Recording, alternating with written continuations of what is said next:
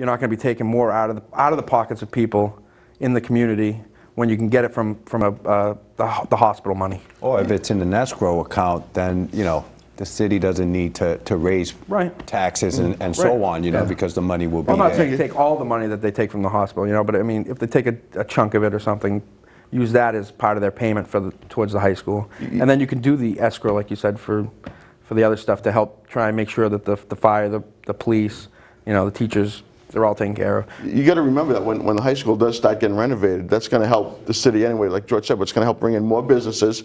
It's going to help property value. More people are going to want to go there if they have a good school system. And their K through 8 schools right now are top notch. You know, the Marsh, the Tenney, and the Timony.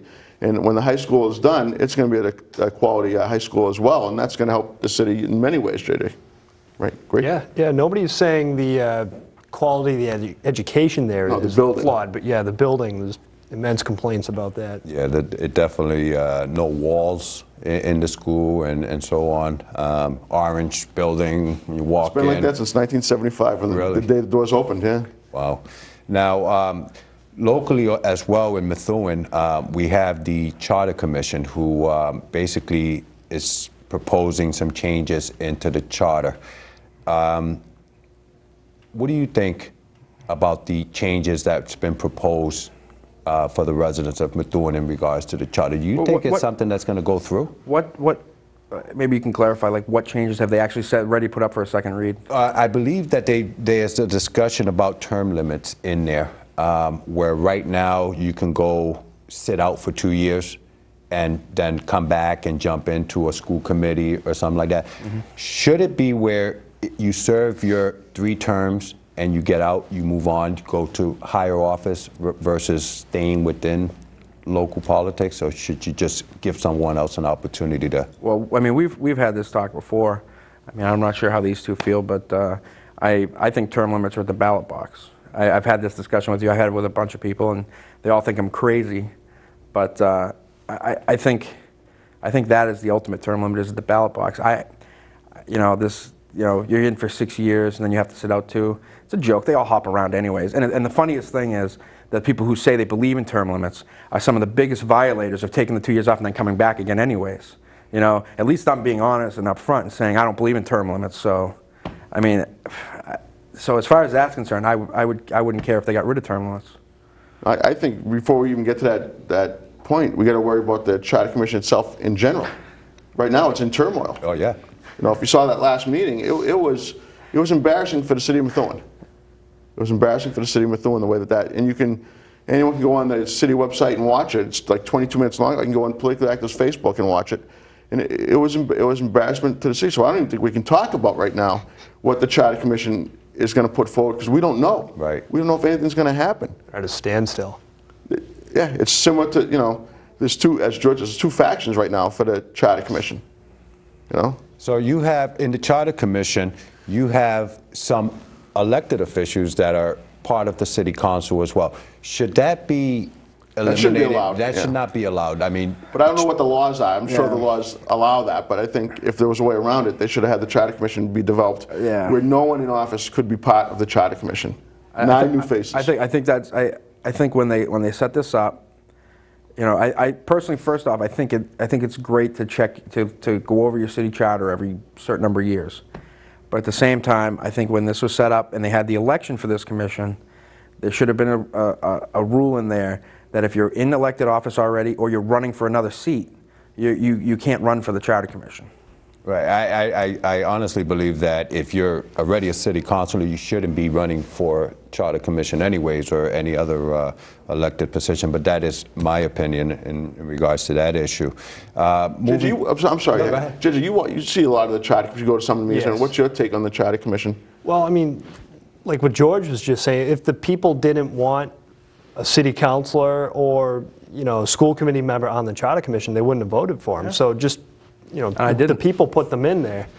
But it's interesting to note that the 2 top vote getters for the Charter Commission were Dennis DeZoglio, former mayor who is not currently in any other elected office, and Joe Pappalardo, a former city councilor who is not currently in any other elected office. So they were the 2 most popular people to run for the Charter Commission. But yeah, I mean, you did have some people, some serious name recognition that obviously people wanted them in there. But yeah, they do have something to gain or lose. They're not impartial when they're making these decisions. Right. And is that the problem? People do vote with name recognition for the most part. I mean, you have to be known to the community. It helps. It definitely helps. You know, I mean, someone that's been out and about, someone that's already been in city council, already been the mayor, obviously has better name recognition than someone who might have just moved to Methuen a few years ago, hasn't been that active, but wants to take the first step in being active within the city, and that's the first step they choose. The person that's already been in office, been the mayor, or been in, you know, been in Methuen for 40 years, they've got the advantage, obviously. So if, let's say, in my election in the state rep seat, there were 4 candidates, the incumbent, and then you had 3 other, you had Al Denuncio, Phil Leahy, and myself.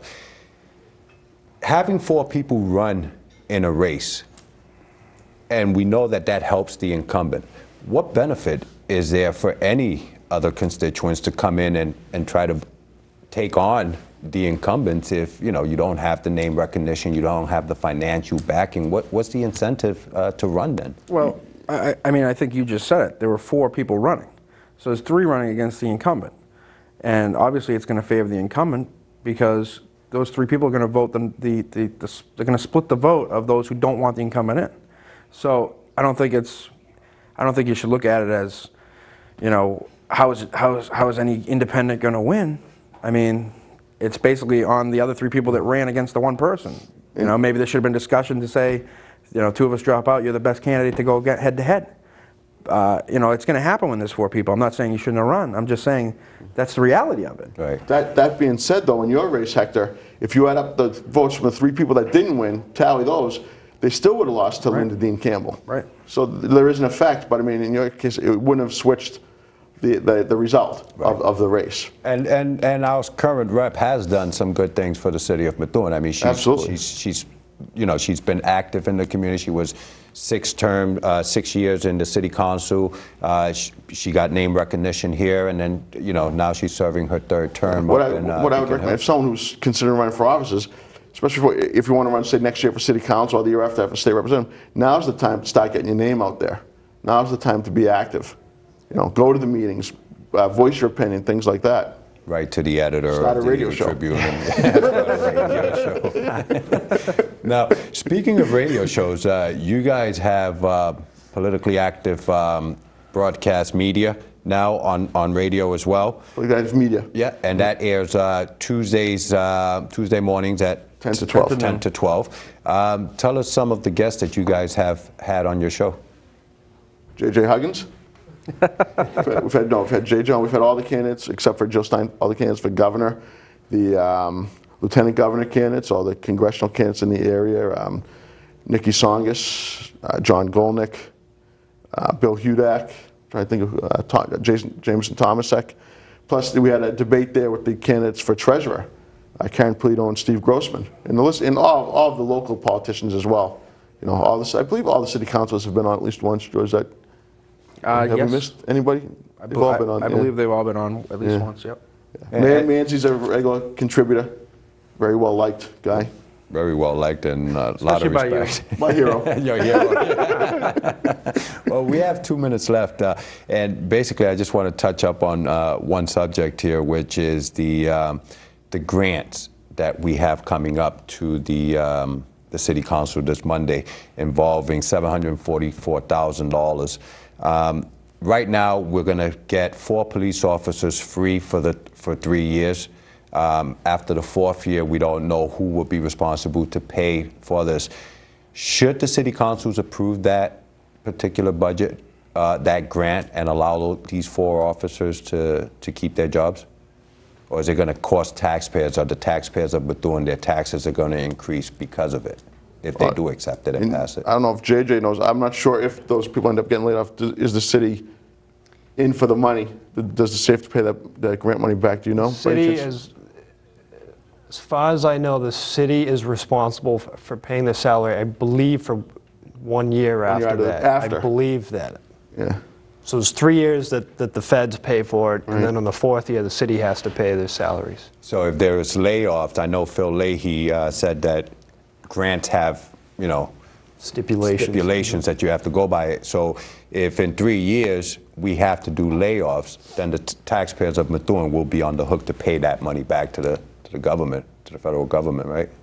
Most Possibly. likely. I think they were looking over the grant documents very closely, and that's why there's even a discussion about this grant. I mean, usually the Washington D.C. comes and says, "Oh, we want to give you $740 some odd thousand."